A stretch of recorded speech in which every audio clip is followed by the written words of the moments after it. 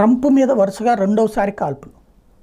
ఇక్కడే ఒక కీలకమైనటువంటి పాయింట్ ఎలన్ మాస్క్ వాడాడు. ఇంతకీ ఒక ట్రంప్ మీద కాల్పులు ఎందుకు జరుగుతాయి? ఎక్కడైనా ఏ దేశంలోనైనా సరే ప్రభుత్వం మీద కోపం వస్తే ప్రభుత్వాన్ని ద్వేషించాలి. ఇప్పుడు అక్కడ ఎవరు ప్రభుత్వంలో ఉంది? జో బైడెన్, ఆయన తరపున ఇప్పుడు కమలా హ్యారిస్.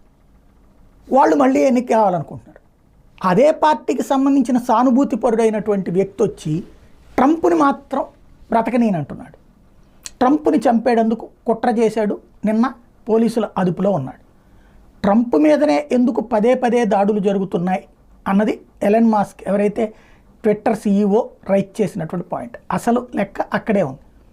ఏంటి అంటే జాతీయవాదాన్ని వ్యతిరేకించే భావజాలం అన్నటువంటిది ప్రపంచంలో కమ్యూనిస్టులు చేస్తారు. వాళ్ళ దేశంలో జాతీయ భావం అపారంగా ఉంచుకుంటారు. రష్యా